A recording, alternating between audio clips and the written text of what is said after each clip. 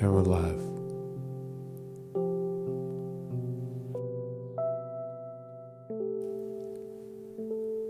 Check 1, 2. Welcome everybody to the Dharma Gathering. Welcome. Welcome to the Dharma Gathering, Tuesday evening, week 12. Good morning, everybody. Good afternoon, good evening, wherever you are in the world. For me, it's perpetual morning. I just woke up. Welcome, everybody. Welcome, Weevil Girl, Mikkel, Sly, Chris Milk. What's up, guys? What's up, everybody? What is up? Where are we? Waiting for the stream to kick in. That's right.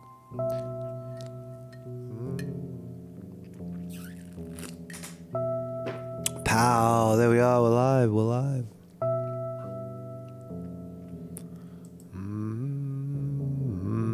We are live. Do.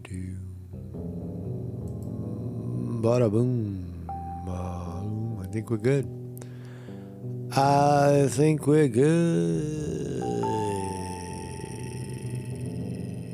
Pow! Welcome everybody. How you doing? How are you? Welcome to the stream. Welcome to the Tuesday Dharma Gathering, week 12. This is the final, not the final week, but final week if you've been counting weeks. This is week 12. We started this 3 months ago, and we ask, you ask yourself to make a commitment, 10 minutes a day, every day for 90 days. And today would be, if you started 90 days ago, today is 90 days from the time we first did the program. So 12 weeks of daily meditation for 10 minutes a day right here on the program. We come together and do 5. Does any of this work? Does any of this have any positive effects? Well, of course it does. It's a skill. It's a technique. And we're going to hear from the guru video tonight is from the 10-day Vipassana course. You're gonna love this. This guy is the leader of the Vipassana meditation movement worldwide. I believe it started in India, but it's on every continent, Vipassana. And we'll take a peek as to what happens in these 10-day meditation retreats. We'll look at day 1, and you'll see you're sitting there all day, and then finally you're waiting for someone to give you some sort of instruction, and you get the instruction in a video, and you sit there and watch the video. So anyway, Mark Sconti is my thumbnail today. There they are. There's the happy couple who administer the 10-day meditation retreat, and I'll talk more about it when we get to it. Marcus Conti, every morning, 9 a.m., we're live doing that politics thing, doing that intellectual, educational, philosophical thing every morning at 9 a.m. And this evening, every Tuesday evening, so far, we're doing this Dharma Gathering and open discussion, open video discussion. I got the chat all the way over here, and it's open, and I'm going to drop the link in, so if you want to come in and talk and hang out in a little bit, you can do that by just whacking the link, the link on the side of the in the chat over there. So what was I saying? Oh yeah. So yeah, way to support this program through Zelle, Zelle, via Short Happy Life at gmail.com. Good way to, if you want to, we're looking for a lone billionaire to make a rather large contribution to this program to boost it over the edge. And I was thinking this morning about what Tucker Carlson said in a video, and he was like, I don't know what's happening in the world, but something is wrong. You know that sense of wrong, like something's not proper going on? That's kind of why you meditate. you realize that it's not really wrong or right. It just is. And that's what you find out when you meditate. You sit, you stop the thinking completely, you're breathing, you're relaxing, you're enjoying yourself in a way that you never knew that was really possible. You think you have to go outside and do something, you have to do some sort of event to be happy, joyous, and free. And but you realize that it's an inside job, you know. It's yeah, you know. So anyway, let me start here. So yeah, so you can donate to the program, and so that's how we do it. There's based on the Thich Nhat Hanh's 8 exercises in mindfulness. The first 2 are notice that you're breathing. In this 5 minutes, notice that you're breathing. You stop. Everything stops. I notice that I'm breathing. I'm breathing. Right? Especially when you're thinking. But for now, the initial instruction is you take your seat in a comfortable way and you notice that you're breathing. I notice I'm breathing. And once you notice it, you follow it all the way through, in and out, all the way through, without pause, without interruption. You just follow it. You're not forcing it. You're not manipulating it. You're not navigating it. You're just witnessing it. Purely witness. You're the witness. There's a body, and it's breathing. Or you could say, I'm breathing. Breathing. Breathing is happening. So that's the first instruction. Whenever you're lost in thought, whenever you're lost somewhere, or you're beginning a sitting meditation, notice that you're breathing and you follow the breath all the way through without thinking, without controlling it. And then you relax into the body. Once you're doing that, the breath is happening in the body, and you notice the body. I notice I have a body. And you relax the body. You have a look. Where's the tension? Where's the tension in the body? Is it in the back, the neck? Is it in your legs? Is it in your attitude? Is your mind racing so fast that you can't stop it? Or is it just there? Again, you don't try to control it. You don't control your thoughts. Thinking is saying, I will follow, I have a body, and it's breathing and feeling. That's not thinking. That's giving yourself the instruction. You relax. So you notice you're breathing, you breathe. You notice you have a body, and you relax. And you create your own sense of joy and happiness from it. I breathe in, I know I'm breathing in. And breathe out. Eyes are open, eyes can be closed. Generally a soft gaze in front of you as to not be too distracted.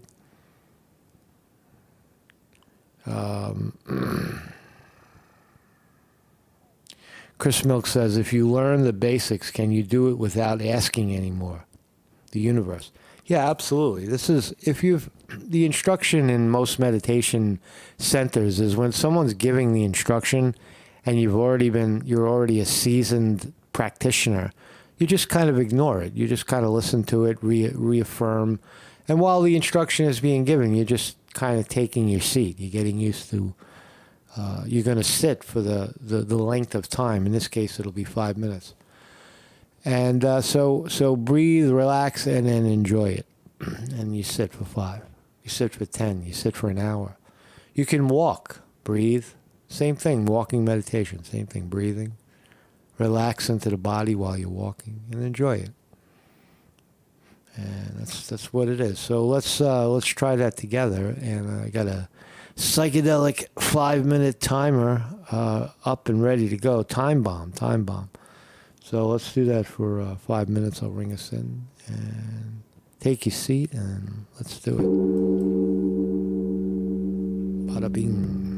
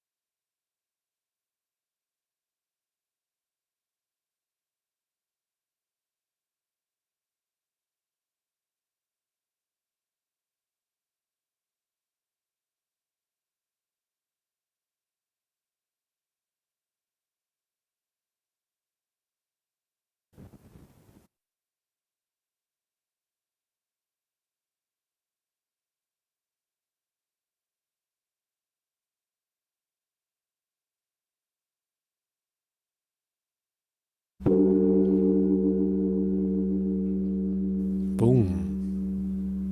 Bang. Pow. Welcome back. Welcome back. Welcome back. Welcome back. Congratulations. Congratulations on completing 10 days, 90 days, 10 minutes in a row. 10 minutes. 90 days in a row. For 10 minutes. Try it. So let's, again, I don't have much to say tonight. I just offering the instruction, and then we'll chat. So Vipassana is basically a Sanskrit word for, I believe, insight. What happens when you sit for prolonged periods of time?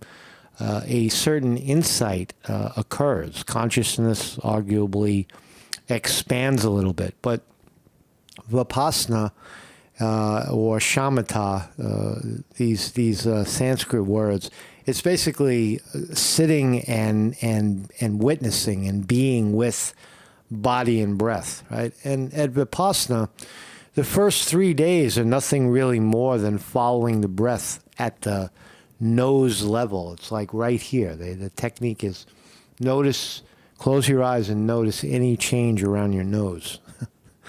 That's all they ask you to do for 3 days.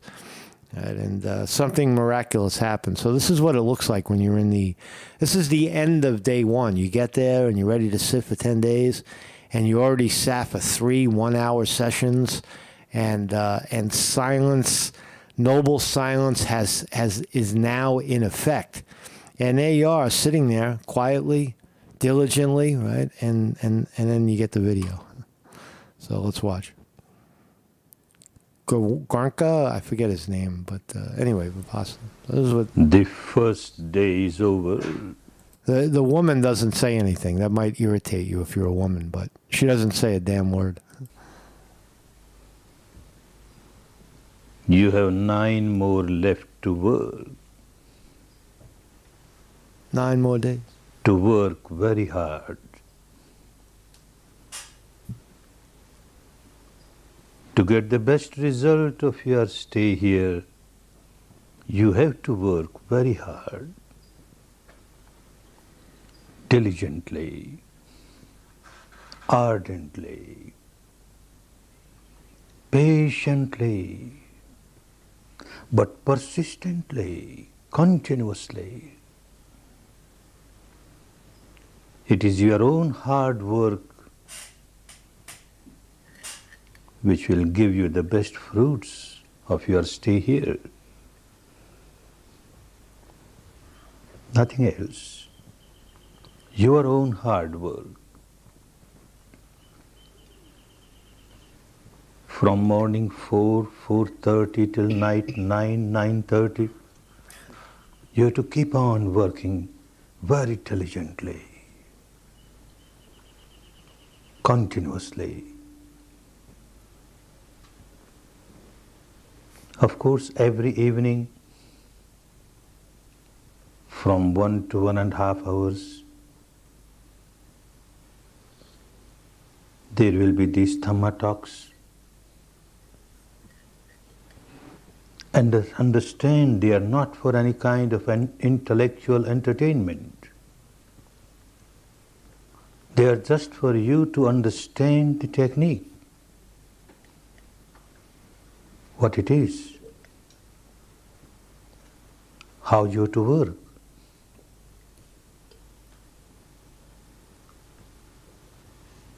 Without understanding the technique, although you may work very hard, very diligently, but you may not work properly. And if you don't work properly, you can't expect the results, the good results that everyone gets by practicing this technique. So these evening talks are to understand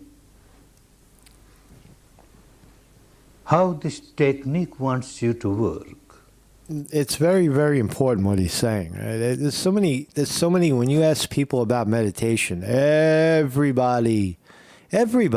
human that's ever dabbled in meditation has an opinion of it. You got to listen to these guys.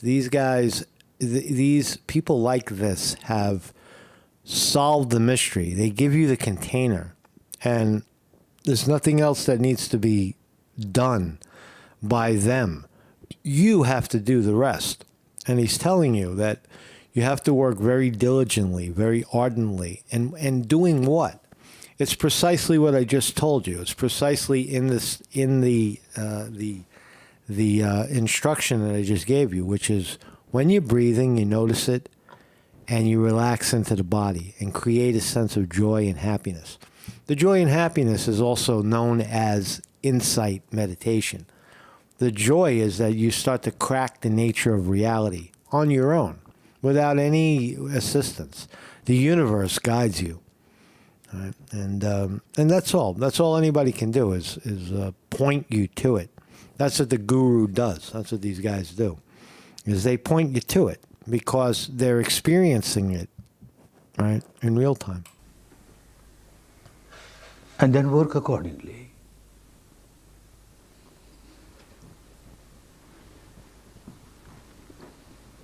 You started your work, observing respiration, the incoming breath, the outgoing breath,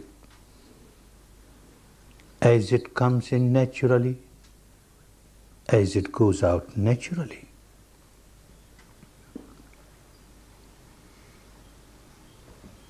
This is not a breathing exercise.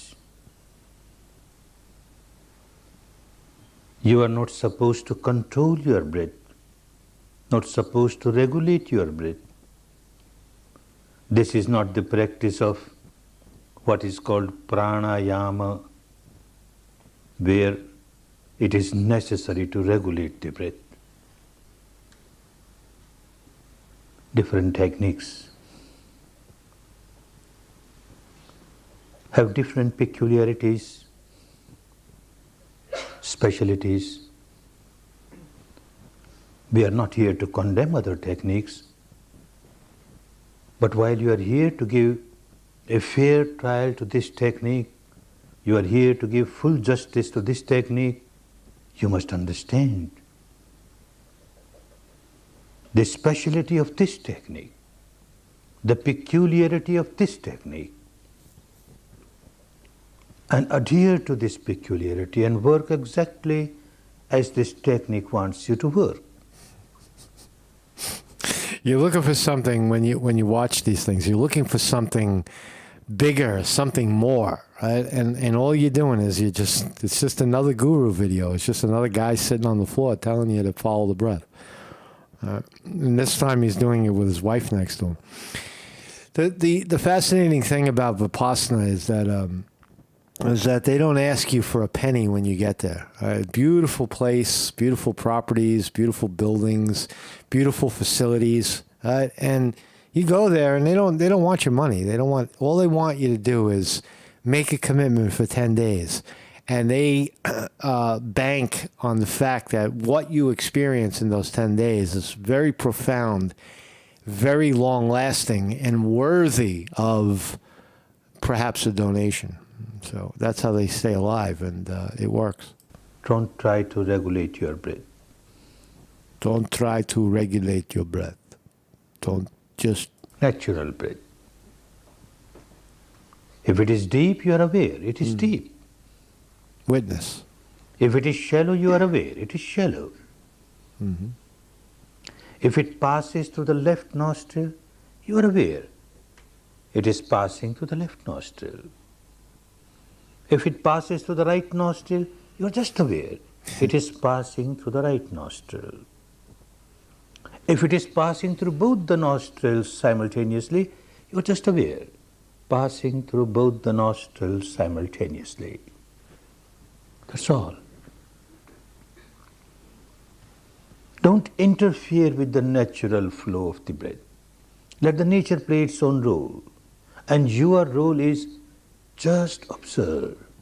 Observe. Just observe the reality as it is. Mm-hmm. Not as you would like it to be, but as it is. This is the specialty of this technique. You start by observing the breath as it is. Pure breath, bare breath, nothing else but breath.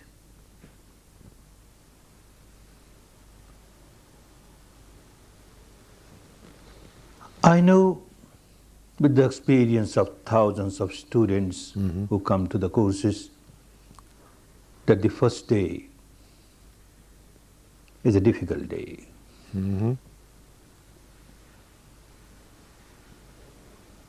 Some complain about pains in the leg or ache in the back or headache or this discomfort or that discomfort. Natural. One basic reason is that your body and your mind, both, have become prisoners of their own habit pattern of life. It's a powerful statement. I will say that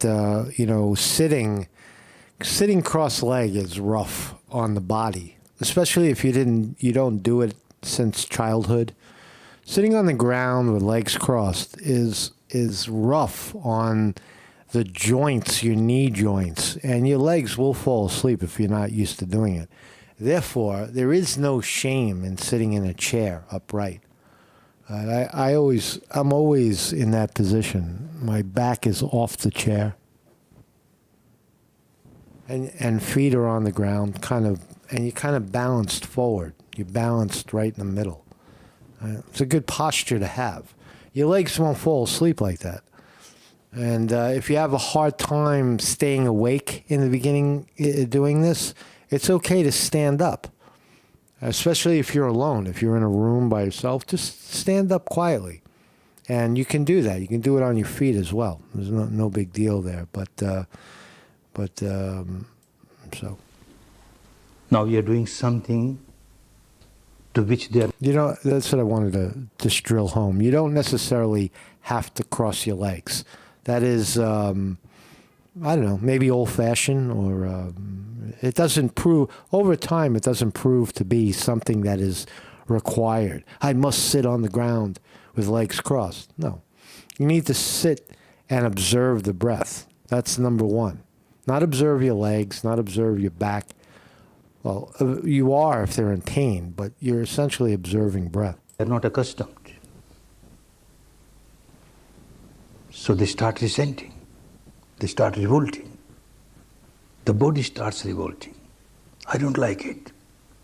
The mind starts revolting. I don't like it. So you feel very uncomfortable. Natural. But that is one reason, a minor reason. The major reason of your discomfort is this technique itself.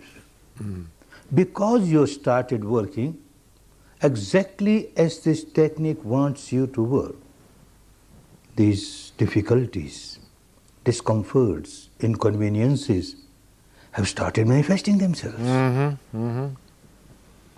Because you start... If you think it happens in 5 minutes, try it for an hour, and then 2 hours, and then 5 hours, and then the next day do it again. Right? That's where really, you really see the wild energy inside the body, because that's all you're going to be doing for the next 10 days. Just sitting there observing the body. No one to tell you how you're doing it. Are you doing it right? Am I doing it right? What am I doing? You're doing it right. You're there and you're doing it. Just listen. Started observing natural breath, normal breath, bare breath, nothing but breath.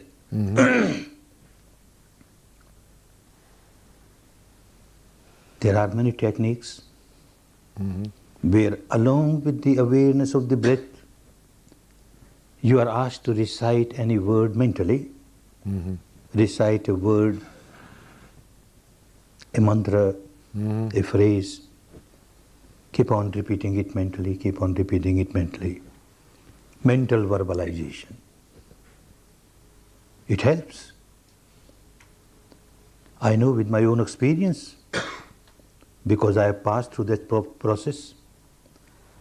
And I also heard from many others who have this experience, and therefore I accept it, that if you add some word and start repeating it, any word, along with the awareness of breath, your mind calms down easily. So he's talking about mantra and adding it later. So anyway, that's the king of Vipassana,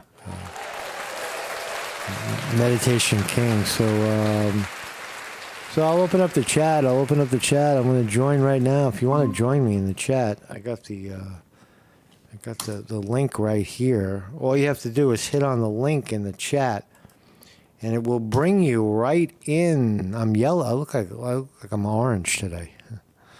I'm orange man. Come on in if you want to join. And again, I'm about 20 seconds in your future, so don't get nervous when you get here. You'll notice that I'm in your future. So if you want to pop in, I'll wait. Make sure everything's up and running. And we are live. Get rid of this stuff. We don't need a timer. We don't need no timer. And Jim Gerard is here. What's up, Jim? Jim. Hey, brother Marcus, how you doing? Doing good, Jim. What's up? What's the word, man? What's the word? Oh, I don't know. You know them two crazy teenagers that beat their Spanish teacher up with a baseball bat? Yeah, I remember that. They're in Iowa City. Well, not in Iowa City, but in Iowa. It was Mount Pleasant.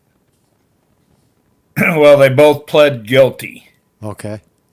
I don't know. They're giving them some kind of deal, and like, you're not going to have to spend the life in prison, right? We're going to give you, 55 years. So, yeah, right.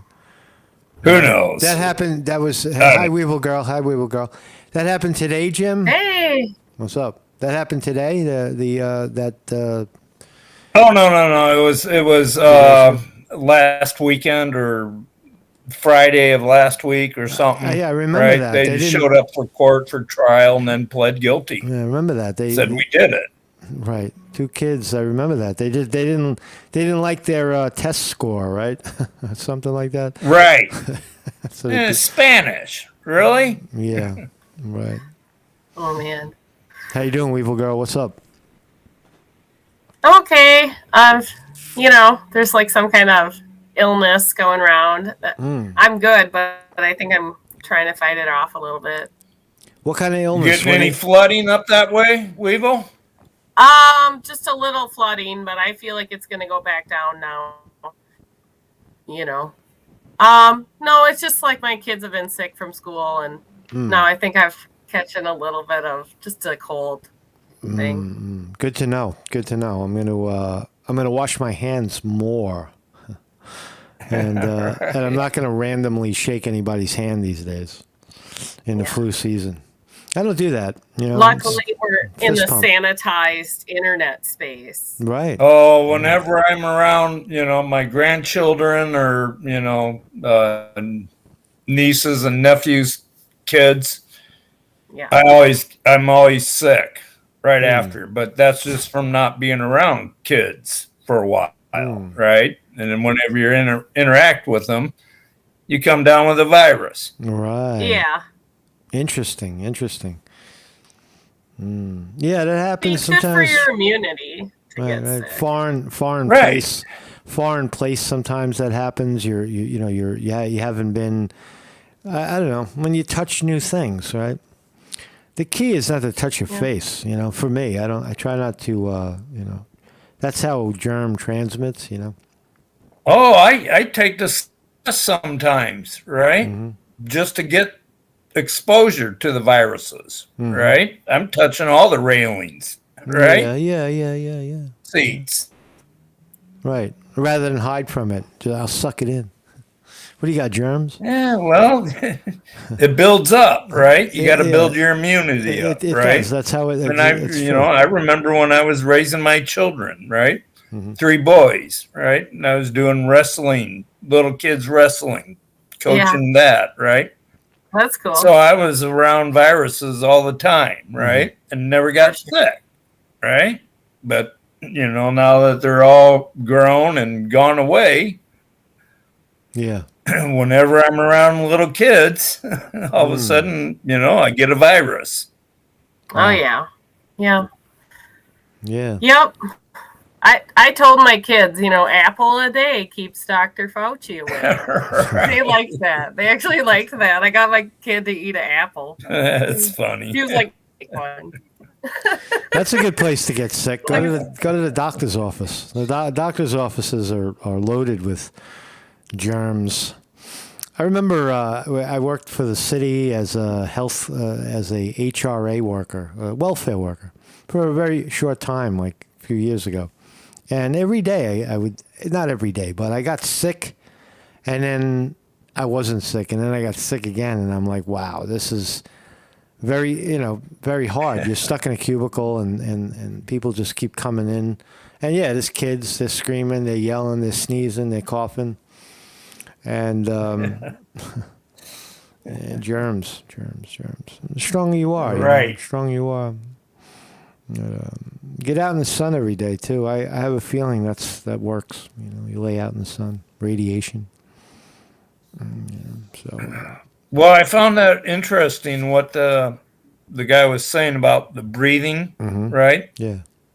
One nostril, the other nostril, both nostrils, But what I find when I'm doing my meditation is that my exhale out of my lungs is like 3 times what I can inhale through my nose. Right? So it's like I'm cleaning my lungs out. Yeah. Right? Yeah. But I found that interesting what he was saying about it. Right? I got in a little late tonight. You're lucky I'm still up. Yeah. You guys, the emphasis in really early. In some traditions, the emphasis is on out breath for the reason you just mentioned, because they're looking for the pause. They're looking for the well, I'm a smoker, right? Right. About a pack and a half a day, right? I want to give it up. Yeah.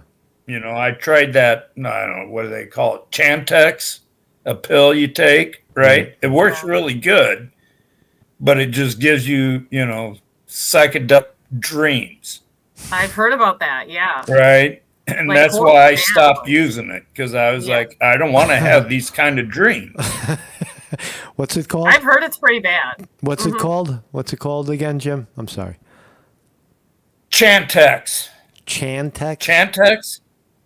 Chantix? CH.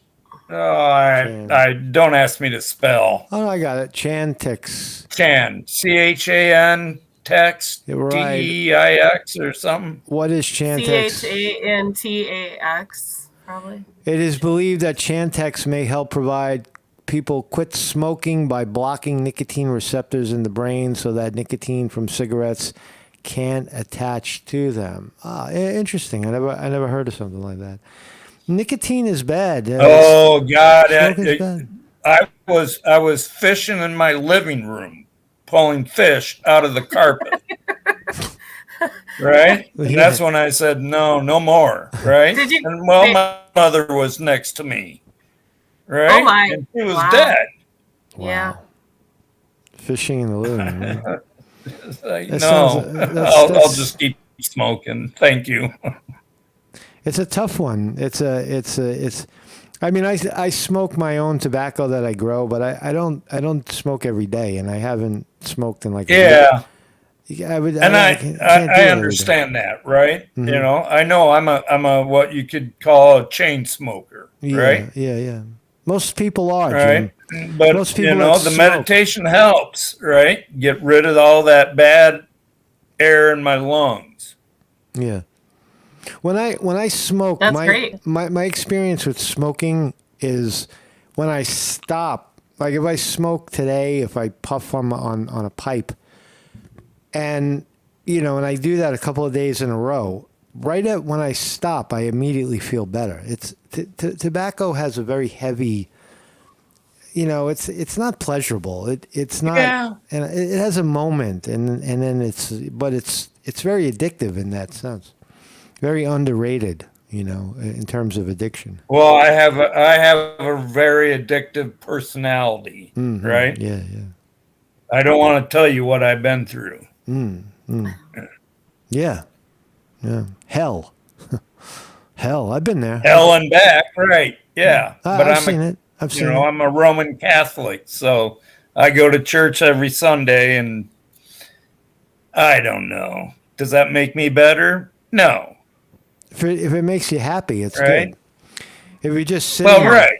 Makes me happy, right? Mm-hmm. And it's part of your culture, and right. Yeah. Born and raised in the church, community and family tradition, and yeah, that's cool. Yeah, I work as an usher, right? So all you gotta do is set people down in pews, right? Here, I've got a space for 8 people up here, right? And then pass the basket around when they're asking for money, which I don't really like, but they do. They need it. Need the money. Churches need the money. There's no shame. I don't know about There's that. No shame in that. There's no shame especially in that. because of their lawsuits. Well, right. Yeah. For those. We went through all this, this abusing of the usher boys, or what do you call them? Altar. Kids. Altar boys. Altar boys. Right. Altar boys, right? And then they settled all, and all of a sudden, statute of limitations.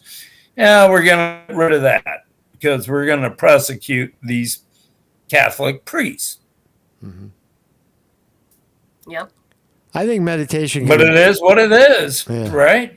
I mean, you can't do anything about it. I think right? I think the meditation can definitely be used to quiet down that nicotine addiction.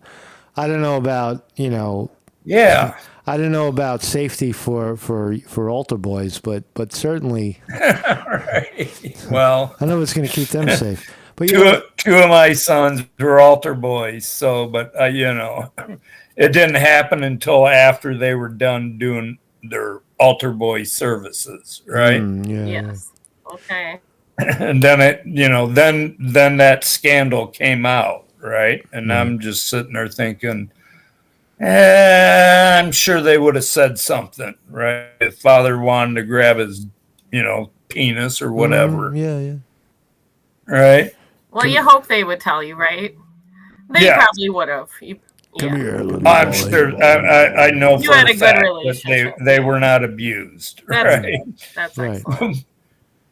You would definitely. My son, my oldest boy, right? And it was Christmas Eve, 12 o'clock mass, and he was an altar boy, right?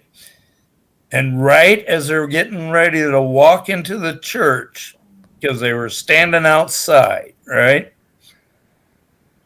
He throws up all over himself. No. Yeah, it was just something I wanted to share with you. Yeah, man. Human experience. He's throwing up through God, maybe. Right. Every religion, every tradition has that kind of stuff. It happens in the Buddhist circles as well. The guru sleeps with the student, or recently the Dalai Lama kisses a fucking kid by just it happens. Yeah, right. These things. Yeah. I think it's not to say that what goes on in the Catholic Church with boys, young boys, persistently is okay. I'm not saying that. I'm just saying that it's common for whatever reason. People maybe that's their hang up. Maybe that's why they're there. Well, if they didn't insist on celibacy for their priests. Good point. And so much shame and guilt around sexuality, Agreed. then I think that could take care of a big portion of these kind of problems for the Catholic Church. I mean, I was raised Catholic too. I went to Catholic school. But we didn't have Catholic high school, but I went to Catholic elementary and middle. And then, like, when I was a second grader, I wanted to be an usher girl, but there weren't usher girls, right? So when the priest came, we got to ask him one question. So I was, oh, why can't I be an usher girl? And the priest proceeded to lecture me on my place in the church, which was bake sales and you shutting my mouth. Clean a house and cook, right? Yeah. Shut up, sit down. And then make it sell cookies, cake. maybe make some cookies. Sell Get cookies. some money for the church. Then by the time I was like a fifth grader, girls could be ushers because we had so few people and the church kept getting smaller and smaller and smaller. Yeah. Then girls were allowed to be ushers. And I was like, this is just malarkey, to use Joe Biden's phrase. Come on, man. Like, now I can be? No, you just told me I had no place in your church other than baking cookies. So, no. It's a good. Well, it's a great point. I had just the exact opposite experience. I went through kindergarten through sixth grade in public school, and then junior high and high school in a Catholic school. Oh, wow. Okay. So just the opposite of what you went through, right? Yeah. And I don't want to tell you about my experience in high school. Yeah. Okay. I couldn't agree. I couldn't agree more with that, though, Weevil. That if you allowed priests to get married, to have relationships with the same sex or opposite sex or whatever they're interested in, some sort of. Yeah. I mean, I just showed you a guru video. There's the Buddhist guru. What does he do? He's sitting next to his wife, right? And there's nothing. There shouldn't be anything wrong with that. I don't. Well, it's natural. That makes sense. Marcus. Yeah.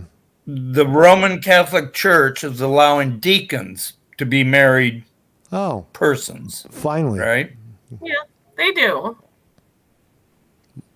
Yeah, I didn't even realize it until I asked this deacon because he had a ring on his finger, and I'm like, "That's Are been you married?" for quite a while." Said, well, they call them some kind of special deacons.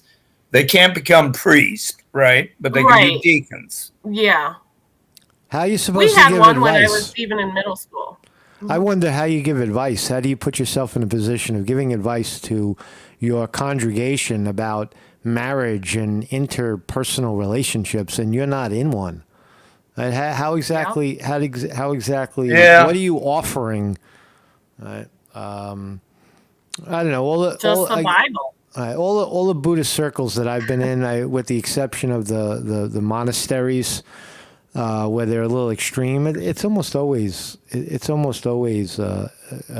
not a celibate situation. But anyway, I'm sorry. I think I cut you off. Yeah.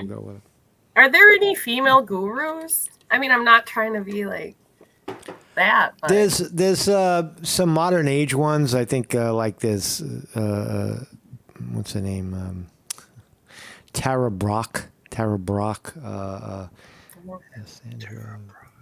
What the fuck is that? There's this. Not many. There's this lady. There's this lady on Russell Brand. Have you know who Russell Brand is? Yeah, sure. Yeah, I like him. Comedian out of the UK. Yeah. Mm-hmm. Right. Well, he has a YouTube channel, right? Mm-hmm. But he has this Dr. Shiva. I can't think of her first name, but very enlightening. Yeah. Enlightening woman. Okay, I would say Pema Chodron in terms of in the Shambhala tradition. She's like number one, really. Celibate, nun, but definitely Pema Chodron. There's a couple of monks, elderly monks, that are female, in the Tibetan tradition. You got to seek them out. They're not high profile. With the exception of Pema Chodron. There's Sharon Salzberg, who I don't really recommend, but a lot of people, like to listen to her. And I met her a few times in New York. She writes books and stuff. Cool. Yeah, man. What else, man? We're in the space capsule. Boom, boom.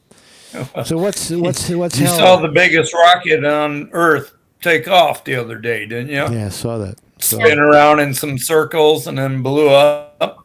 Right, and everybody was cheering. They felt like they did. Right, yeah, they thought it was a success. I'm like, well, yeah. There goes 200 billion, right, or $2 billion. Corporatizing the space race. Well, luckily he's got the money to do it, right? Right. But I think there's an he's gonna put together another one. Like, what's up, Weevil? You aren't finding any morale mushrooms up there, are you, Weevil? no, it's too early. I'll go out like on Mother's Day. But my brother's a real kind of outdoorsman. He knows we know all the same places, so he beats me to them. And then I'm like, you jerk, and you didn't even save any for me. God. But hopefully he will save some, and I can get to the morels before at least get a few. Because they're so good friends. Well, I mean, I guess you can freeze it's family, them, right? He's not going to share them with you? He's my brother. It's a very immature relationship we have. Very. I've never seen. I understand. I've never seen psychedelic mushrooms in the wild. I've heard about it. I wouldn't know where to look. These are not psychedelic. No. Right. These are morale mushrooms, right? Edible ones. Have you ever had the morels? They look like brain kind of. Yeah. They do, right? It grows in a cone shape, right? Or like a spongy kind of. Yeah, they're like really a sponge. I wonder if you have them around you, because they're. I'm sure they're up there in Pennsylvania. Yeah. Right. Yeah. You used to be able to get on a website and track the growth of them, right? Because there's guys that's all they do is pick morels and sell them, right? There's a lot of money in it. $40 a pound. Yeah, you have to keep your morale places where you know where morels are. You keep that top secret. You don't tell anyone, especially not out of your family. And then people are trespassing, trying to find them, right? Oh, yeah. I'm in a Facebook group that's all about morels. And people, you'll see them kind of as they ripen throughout the country, people showing their pictures.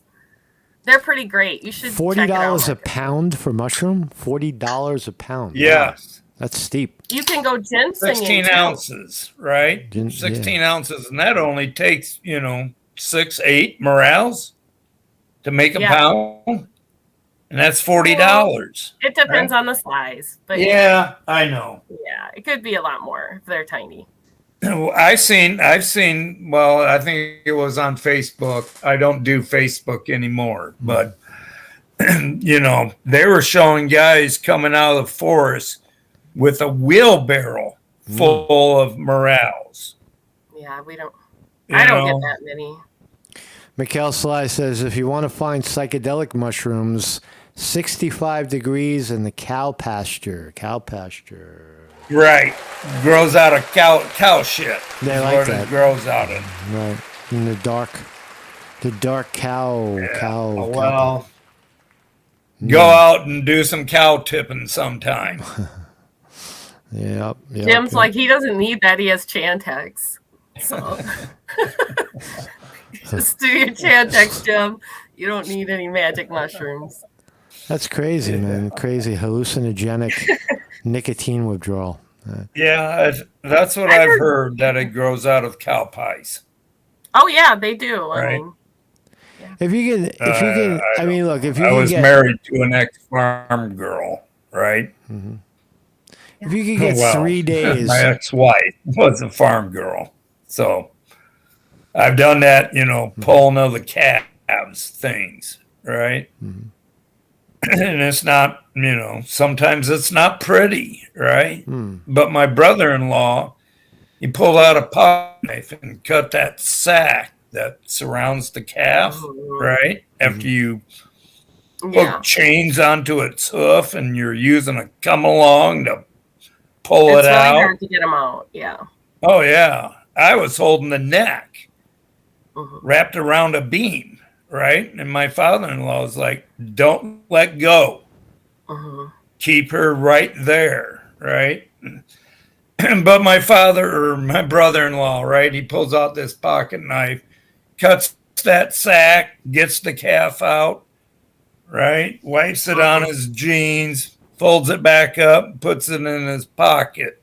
And I'm like, hey, last weekend, you cut an apple with that knife, right? You gave me half. Yeah. I'm like, has that knife ever been cleaned? Oh, you don't need to worry about that, Jim. Well, that's some living that I've never experienced any of that, like being, a cow giving birth. Really? No, not. Oh yeah, it's not like I said. It's not pretty, right? The cow's in pain, right? She's laying down on her side, trying to push the calf out of her ass, right? Yeah.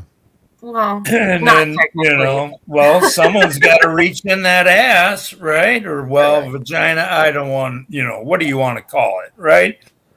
But you got to reach in there, and they got these. They're called birthing chains.